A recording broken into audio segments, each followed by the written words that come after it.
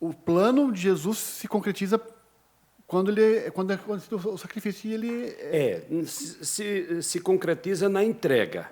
Sim. A entrega que inclui, inclusive, a morte. Sim. Ou seja, Jesus entregou-se ao Pai sem reserva. Ele não entregou-se dizendo, olha, eu quero fazer, eu só vou até aqui. Não, ele entregou-se. E a cruz acontece como resultado dessa entrega. Só que a resposta de Deus não é a cruz. A morte não é a resposta definitiva, não é? De Deus. É a ressurreição. Por isso que a gente diz que o mistério não é apenas a morte.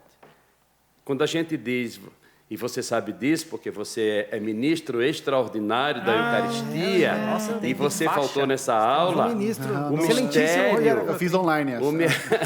O mistério é paixão, morte e ressurreição. Indissociáveis, os três. Não se pode ler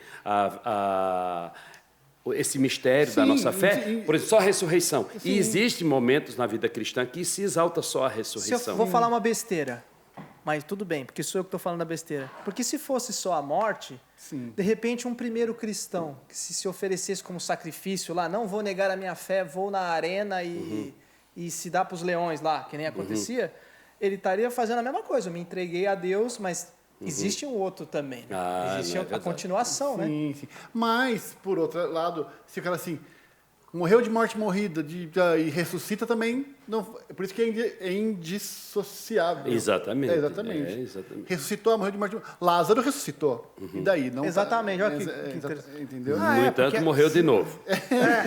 Mas é a concretização do sacrifício, daquilo que foi prefigurado com Abraão, né? No Monte Moriá. O sacrifício está sempre presente, né? No Antigo Testamento temos os holocaustos, né? Inclusive no episódio, né, de Abraão, para sacrificar o filho, né? Deus até, inclusive, não aceitou o sacrifício humano. Sim. É curioso, né? Mas aceitou o sacrifício do próprio filho dele.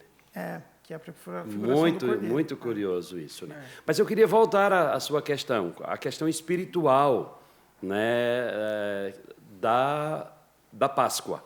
Eu estava falando que a centralidade deve ser no mistério pascal. É esse que dá origem à Quaresma. Quaresma veio muito tempo depois, mas primeiro só se celebrava a Páscoa. Como o tempo e a necessidade foi sendo visto que era importante preparar esse mistério tão central na vida cristã, é que surgiu a Quaresma, mas muitos séculos depois. Entendi. Antes era só a Páscoa, inclusive celebrada aos domingos.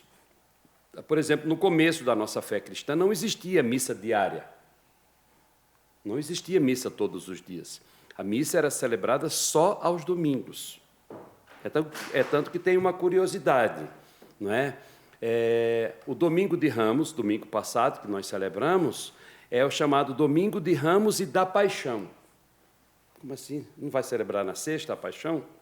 É porque lá na antiga tradição, como a missa só era celebrada ao domingo, no domingo antes da Páscoa se celebrava a Paixão do Senhor. Entendi. Porque não tinha a sexta-feira ainda na liturgia. A liturgia ela é processual na história, né?